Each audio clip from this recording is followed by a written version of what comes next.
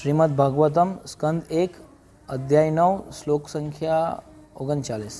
विजयरथ कुटुंब आत्ततोत्रे धृतहय रश्मनि तत्श्रिये इक्षणीये भगवती रतिरष्टु मे मुमुक्षो यम्मिह निरीक्ष्य हतागतः स्वरूपम्।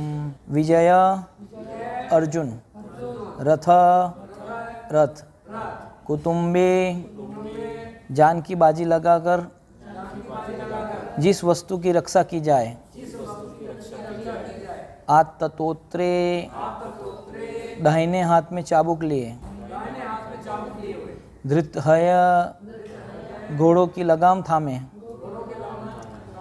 रश्मनि रस्सिया, तत्श्रिया सुंदरता पूर्वक खड़े हुए, इक्षणीय देखे जाने के लिए, भगवती भगवान में, रति अस्तु मेरा आकर्षण हो, मैं मेरा, मुमुक्षो मरणासन, यम जिसको, यह इस संसार में, निरीक्ष्य देखने से, हता मारे गए, गता प्राप्त स्वरूपम मूल रूप को। अनुवाद तथा तात्पर्य कृष्ण कृपा मूर्ति श्री श्रीमद श्री भक्तिवेदांत स्वामी प्रभुपाद जी के द्वारा। मृत्यु के अवसर पर मेरा चरम आकर्षण भगवान श्री कृष्ण के प्रति हो। मैं अपना ध्यान अर्जुन के उस सारथी पर एकाग्र करता हूँ जो अपने दाहिने हाथ में चाबुक लिए थे और बाएं हाथ से लगाम की रस्सी थामे और सभी प्रकार से अर्जुन के रथ की रक्षा करने के लिए प्रति अत्यंत सावधान थे। जिन लोगों ने कुरुक्षेत्र के युद्ध स्थल में उनका दर्शन किया, उन सबों ने मृत्यु के बाद अपना मूल स्वरूप प्राप्त कर लिया। तात्पर्य: भगवान का शुद्ध भक्त निरंतर अपने हृदय में भगवान की उपस्थिति का दर्शन करता है, क्योंकि प्रेममयी सेवा के द्वारा भगवान से वह दिव्य रूप से संबंधित रहता है। ऐसा शुद्ध भक्त भगवान को क्षण भर के लिए भी नहीं भूल सकता। यही समाधि है। योगी अपनी इंद्रियों को अन्य समस्त व्यापारों से हटाकर परमात्मा में एकाग्र करने का प्रयास करता है और इस तरह अंततः गोत्वा वह समाधि प्राप्त करता है। लेकिन भक्त तो भगवान के साकार रूप के साथ साथ उनके नाम, यश, लीलाओं आदि का निरंतर स्मरण करते हुए सहज ही समाधि प्राप्त कर लेता है। अतएव योगी तथा भक्त की एकाग्रता एक ही स्तर पर नहीं होती।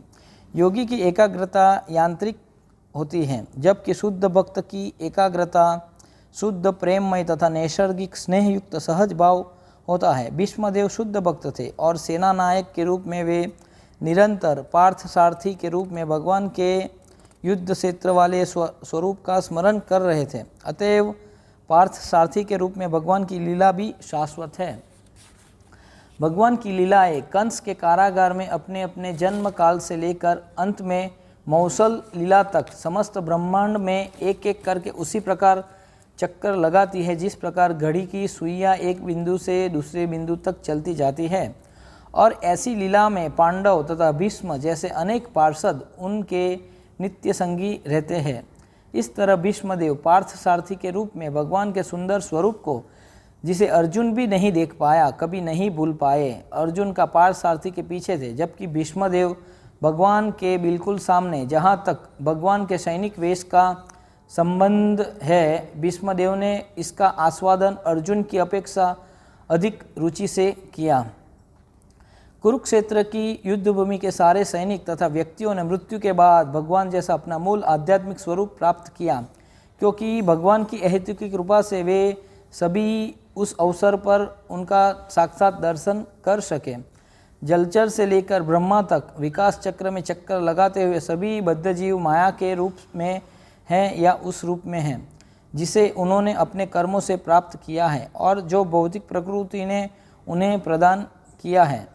बद्ध जीवों के भौतिक रूप बाहरी वस्तुओं की तरह है, जब बद्ध जीव माया के चंगुल से छूट जाता है तब उसे अपना मूल स्वरूप प्राप्त होता है।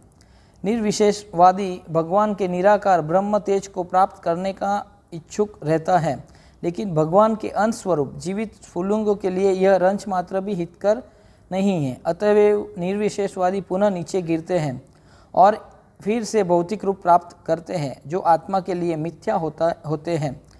भगवान को आध्यात्मिक स्वरूप जैसा रूप, चाहे वह 2 भुजाओं वाला हो या चतुर्भुजी, भक्तों को आत्मा की मूल प्रकृति के अनुसार वैकुंठ में या गोलोक में प्राप्त होता है। यह स्वरूप जो 100% आध्यात्मिक है, जीव का स्वरूप है, और उन सारे व्यक्तियों ने जिन्होंने कुरुक्षेत्र के युद्ध में दोनों ओर से युद्ध किया, अपना अपना स्वरूप प्राप्त किया, जिसकी पुष्टि भीष्मदेव कर रहे हैं। अतएव भगवान श्री कृष्ण केवल पांडवों पर ही कृपालु नहीं थे, वे दूसरे पक्षों पर भी दयालु थे, क्योंकि उन सबों ने एक ही जैसा फल प्राप्त हुआ। भीष्मदेव भी वही सुविधा चाह रहे थे और यही भगवान से उनकी प्रार्थना थी। यदि भी भगवान के पार्षद रूप में किसी भी स्थिति में उनका पद सुरक्षित है। निष्कर्ष यह निकला कि जो भी व्यक्ति भगवान का दर्शन करते हुए मरता है, चाहे वह दर्शन भीतर से हो या बाहर से, वह अपना स्वरूप प्राप्त करता है, वही जीवन की सर्वोच्च सिद्धि है।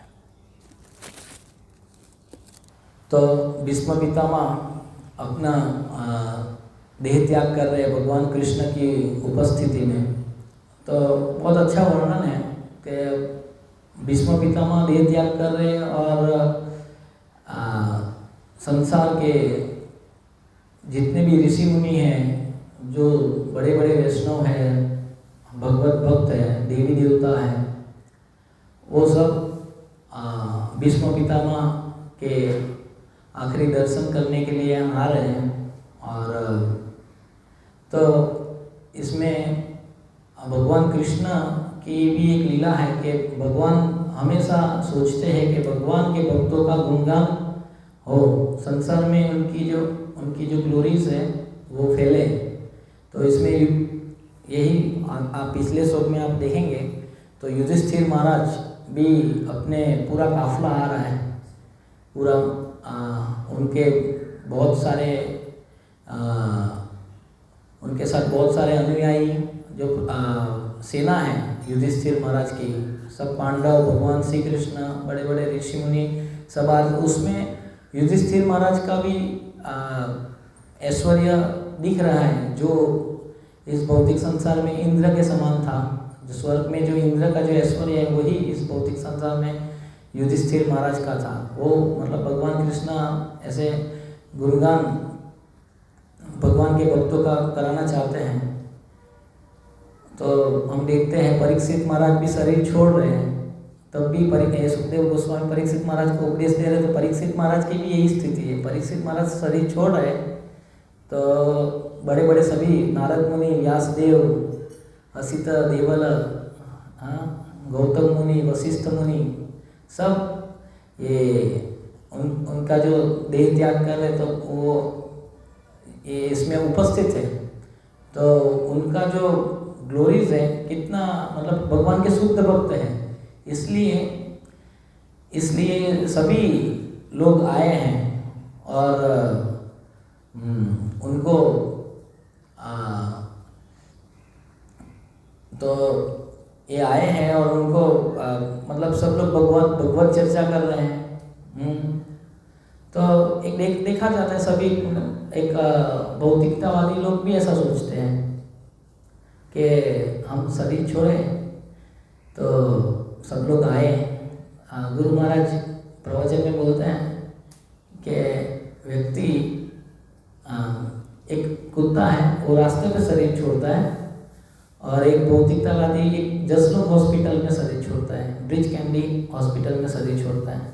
तो उसको बहुत गर्व होता है कि आओ मेरे को सब लोग मिलना है, और मैंने शरीर छोड़ा एक हॉस्पिटल में, जसलोक हॉस्पिटल में मैंने शरीर छोड़ा, है ना। तो यही उनका वो उनको प्रसन्न करता है। मैं बिल्लीमोरा में हूँ, तो बिल्लीमोरा में एक भोगीलाल काका ने उन्होंने शरीर छोड़ा 26/11 को, आतंकवादी हमला हुआ। तो वो 5 स्टार होटल में थे, ये ताजमहल होटल में थे। तो उन्होंने ताजमहल में आतंकवादी की गोली से मार गए। तो बिल्लीमोरा में उनके लड़के लोग ने सबने वो मिठाइयाँ बांटी, मतलब बाला हनुमान जी का मंदिर है उधर, उन्होंने बाटा और पूरे दिल्ली में पता चल गया है कि भोगीलाल काका 5 स्टार होटल में थे और उन्होंने शरीर छोड़ा। तो भौतिकतावादी बहुत उससे प्रसन्न होते हैं, वो शरीर छोड़ा, हमने 5 स्टार होटल में शरीर छोड़ा। लेकिन इधर हम देख रहे हैं कि ये जो भीष्म पितामह हैं उनको कोई भी ऐसी कोई आसक्ति नहीं है कि सभी लोग मेरे गुणगान गाए और आए। वो तो हमेशा अपनी भक्ति में स्थित थे, अपने स्वरूप में स्थित थे। नहीं तो क्यों आते हैं? इतने सारे सभी ऋषि मुनि, वो तो त्रिकालज्ञ है, वो हृदय में हमारी जो इच्छा है, भौतिक इच्छा, वो तो जान जाते ना।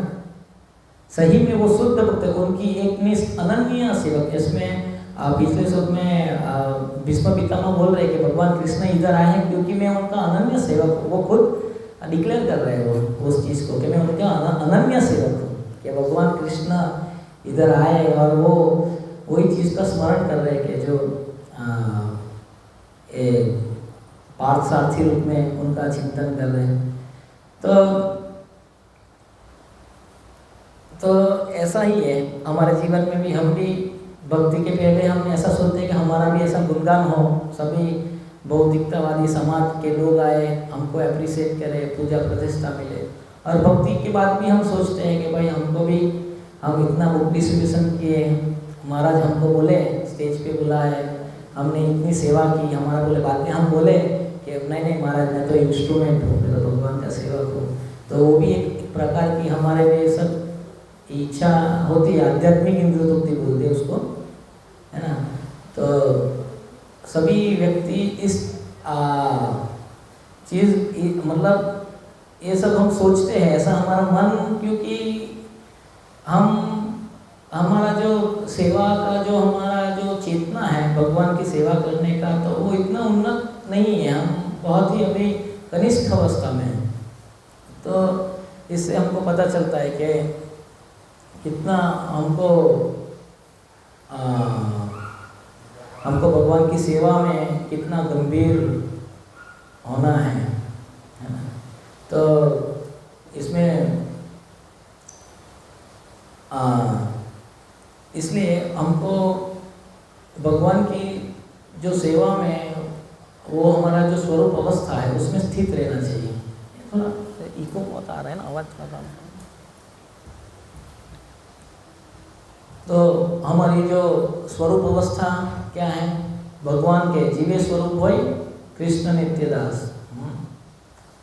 जैसे हम प्रभुपाद जी एग्जाम्पल देते हैं, मिर्ची का धर्म है तीखा होना, शक्कर का धर्म है मीठा होना, ऐसा जीव का स्वरूप है कृष्ण का नित्यदास।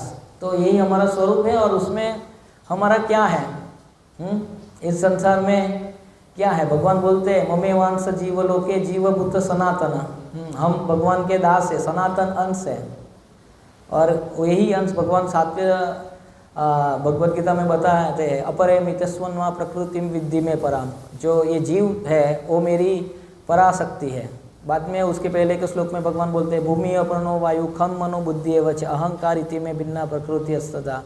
ये मन बुद्धि अहंकार और ये सूक्ष्म स्थूल और ये आध्यात्मिक शरीर सब ये भगवान की अपरा और पराशक्ति है। हमारा क्या है? कुछ नहीं है। तो कोई हम बोलते हैं हमने ये त्याग किया, क्या त्याग किया? क्या हमारा क्या है? हमने कुछ त्याग किया। और कोई बोलता है हमने भोग किया, हमारा क्या है? हमने चोरी की, सब भगवान की जो है वो हमने उसको लिया, तो वो चोर कहलाएगा। तो हमारा अवस्था है भगवान की सेवा करना, उसमें स्थित रहना। तो ये जो भगवान के महान महान भक्त हैं तो उनकी स्थिति यही है। भक्ति विनोद ठाकुर अपने भजन में लिखते हैं सेवा। हरे कृष्णा छोकरा बैसी जा, बैठ जाइए आप, ये गार्डन नहीं है ऐसे घूमते रहने का। भागवतम कक्षा चल रही है तो बैठना चाहिए ना। तो भक्ति विनोद ठाकुर अपने भजन में लिख रहे हैं आत्मनिवेदन तुया पदे करी। तो उसमें आगे की पंक्ति में लिख रहे हैं कि सेवा सुख दुख परम संपद नासाय अविद्या दुख। जो सेवा में सुख और दुख जो भी है वो मेरे क्या है?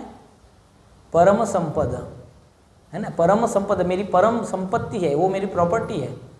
और उससे सेवा करते करते जो भी सुख और दुख मिल रहे हैं वो क्या है, नासा या अविद्या दुख, कुछ भी सुख मिले या दुख मिले भक्ति करने में, है ना, तो वो क्या होगा, उससे अविद्या का नाश ही होगा और हम भगवान के प्रति आसक्त हो गए। तो हम देखते हैं हमारे जीवन में भी, हम भक्ति जीवन में हैं तो हो सकता है हमको ऐसा नहीं हो कि हर वक्त हमको आनंद ही मिले, सुख ही मिले, दुख भी मिल सकता है। तो वो लेकिन भगवान की सेवा में दुख है ना, वो परम संपदा है भक्ति विनोद ठाकुर। तो वो क्या है, वो अपनी वो स्वरूप में अवस्थित है। हमारा क्या है, हम अपने स्वरूप में अवस्थित नहीं, हम ऊपर ऊपर हैं। इसलिए क्या होता है, दुख आता है, किसी ने हमारा अपमान कर दिया, हमको रिस्पेक्ट नहीं किया, कि हमको भाई इतनी सेवा की तो हमने बोला नहीं स्टेज पे सुबह मंगला आरती में और हमारा सम्मान नहीं किया, तो हम क्या है, भगवान को तुरंत छोड़ देते हैं। अभी कल से मैं इधर ये सेंटर में नहीं जाऊंगा क्योंकि इधर हमको थोड़ा रिस्पेक्ट ये समझते नहीं है। तो हो सकता है प्रभु जी लोग बहुत बिजी है तो वो सम्मान तो करते ही है और दिल से करते हैं, और कभी कभी नहीं हो पाता वो तो, लेकिन हमको समझना चाहिए कि हम कृष्ण के दास हैं और उनकी सेवा में जो भी हो, जो भी हमको छोटी मोटी जो भी कोई भी सेवा मिल जाए तो हमको उसमें प्रसन्न रहना चाहिए। तो वो है हम स्वरूप में अवस्थित रहना, है ना। तो यही प्रभुपाद जी इसमें जो तात्पर्य में जो लिख रहे हैं कि जो ये सब लोग थे जिन्होंने युद्ध करते करते अपना शरीर त्यागा और बाद में उन्होंने भगवान ने दर्शन किए थे और युद्ध करते करते तो उनको दूसरे जन्म में अपने स्वरूप में अवस्थित हो गए। तो इसमें 2 पॉइंट आ रहे हैं कि भाई मृत्यु के बाद स्वरूप में अवस्थित होते हैं, और दूसरा है कि जब हमारा शरीर रहता है तभी हम स्वरूप में अवस्थित हो सकते हैं। ऐसा नहीं, हम लोग सोचते हैं कि मैं जीवन में कैसे भी जीवन जीऊँगा और जब मृत्यु आएगी तो मैं भगवान का स्मरण कर लूँगा और भगवत धाम चला जाऊँगा। लेकिन हमको पहले से पता होना चाहिए कि हम भगवत धाम जाएंगे, हमारे जो स्वरूप में अवस्थित होने चाहिए, है ना। हमारा आचरण से हमको पता चल जाएगा कि हम कितने अपने स्वरूप में अवस्थित है, अपनी इंद्रियां हमने कितनी भगवान की सेवा में लगाई है ना। तो वो कौन सा श्लोक है, सर्व उपाधि विनिर्मुक्तम तत्परत्वेन निर्मलम ऋषिकेन ऋषिकेश सेवनम भक्ति उच्यते। तो ये जो इंद्रिया है अभी क्या है, भौतिक है पूरी, है ना। ये आँख नाक जो ज्ञानेंद्रिया है, कर्मेंद्रिया है, वो क्या है, पूरी अभी भौतिक है। तो जब व्यक्ति अपने स्वरूप सिद्ध हो जाता है तो वो पूरी कैसी हो जाती है, आध्यात्मिक हो जाती है। और ये जो हमारे जो 9 द्वार है, शरीर के जो 9 द्वार है, वो ज्ञान से प्रकाशित हो जाते हैं, है ना। भगवत गीता में आप पढ़ेंगे तो क्या इसमें बताया कि जो है, जब हम पूरी तरह हम आध्यात्मिक हो जाते हैं, पूरी इंद्रिया इसी जीवन में, इस भौतिक संसार में, तो पूरे क्या है, हमारे जो 9 द्वार है वो पूरे आध्यात्मिक हो जाते हैं, है ना। तो हमको पूरा ये जो जीवन है हमारा, ये मनुष्य जीवन, तो पूरा हमको ये अभ्यास हम करेंगे, आजीवन अभ्यास करेंगे, तब हम मृत्यु के समय भगवान का स्मरण कर पाएंगे। तो अनुवाद में लिख रहे हैं, भीष्म पितामह कह रहे कि मृत्यु के अवसर पर मेरा चरम आकर्षण भगवान श्री कृष्ण के प्रति हो, है ना। तो जो व्यक्ति भगवान की शरण में जाते हैं, एक्चुअली संसार में जितने भी जीव हैं उनकी सभी की रक्षा कौन करते हैं, भगवान कृष्ण ही करते हैं, लेकिन परमात्मा रूप में करते हैं।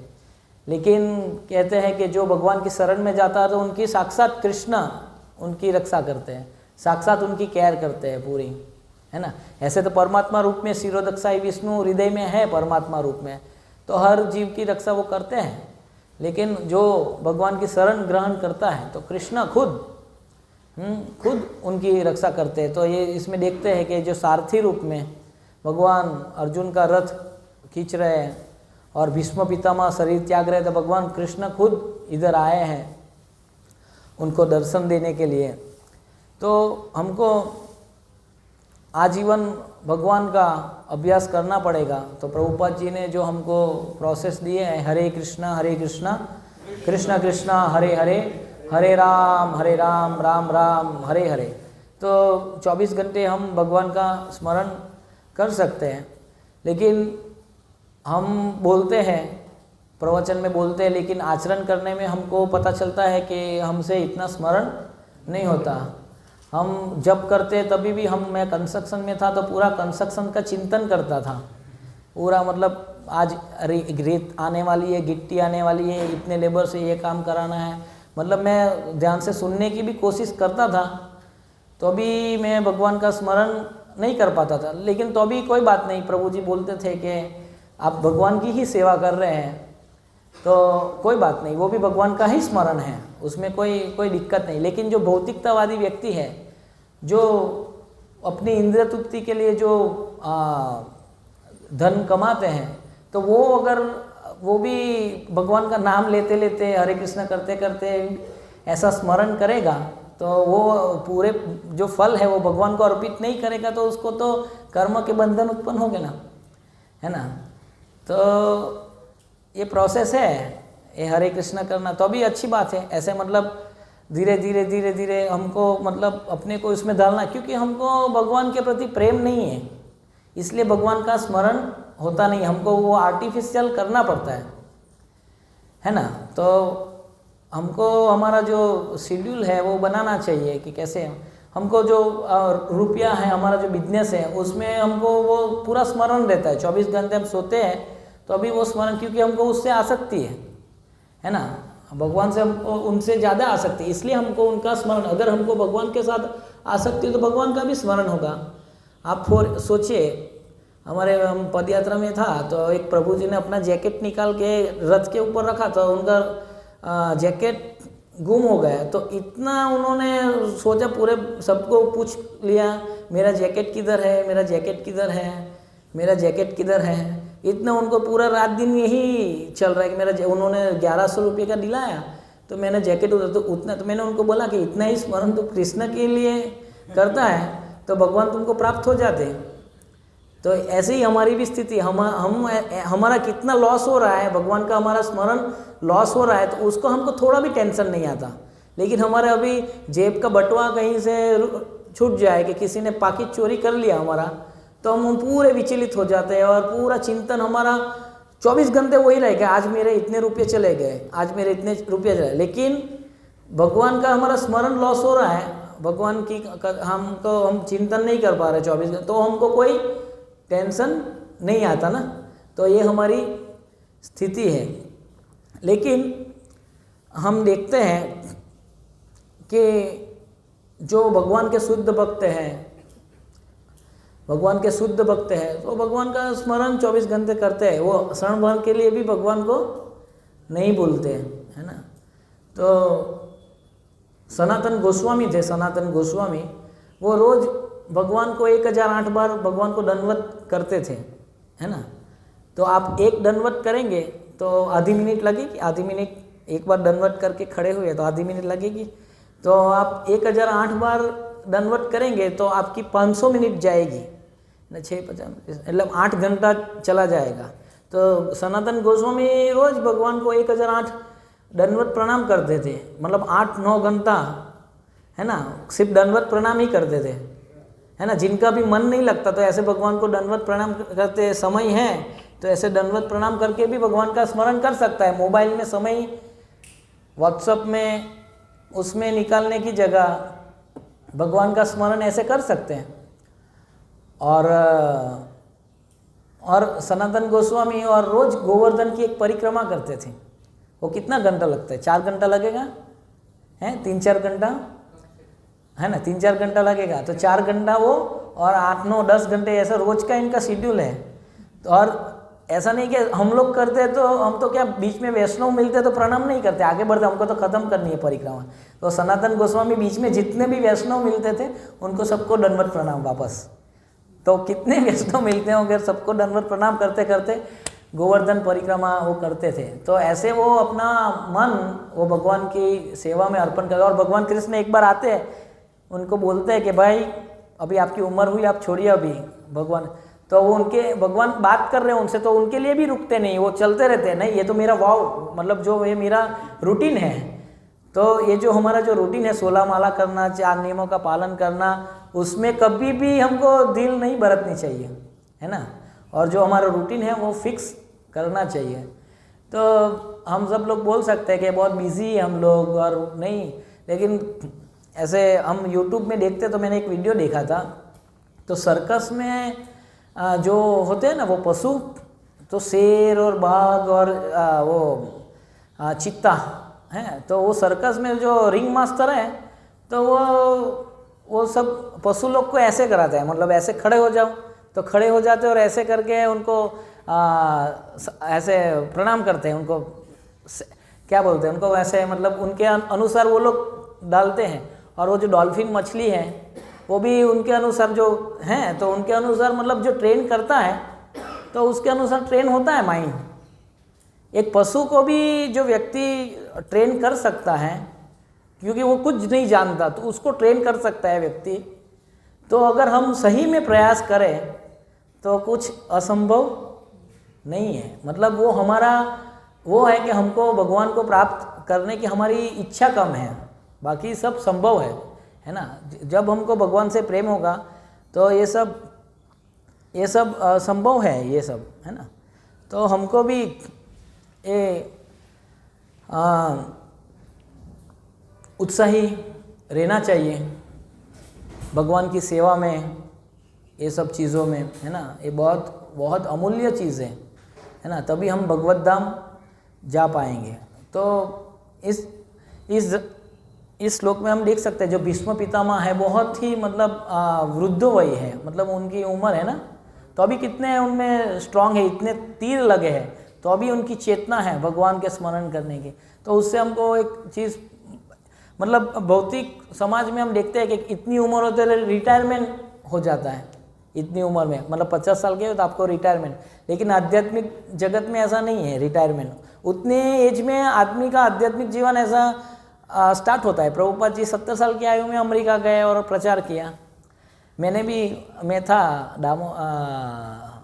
भक्ति ग्राम में, तो सव्यसाची प्रभु के साथ मैंने भोपाल मंदिर कंस्ट्रक्शन हो गया, तो बाद में हम भक्ति ग्राम गए, उधर मतलब फार्म कम्युनिटी बन रही है, तो उधर भी ये, तो सव्यसाची प्रभु मुझे बोल रहे हैं कि तो मैं थोड़ा रिलैक्स कर रहा था कि भोपाल मंदिर का कंस्ट्रक्शन किया, इधर भी कंस्ट्रक्शन में ही वही इंटेंस एकदम 10-12 घंटा पूरा दिन चला जाता है।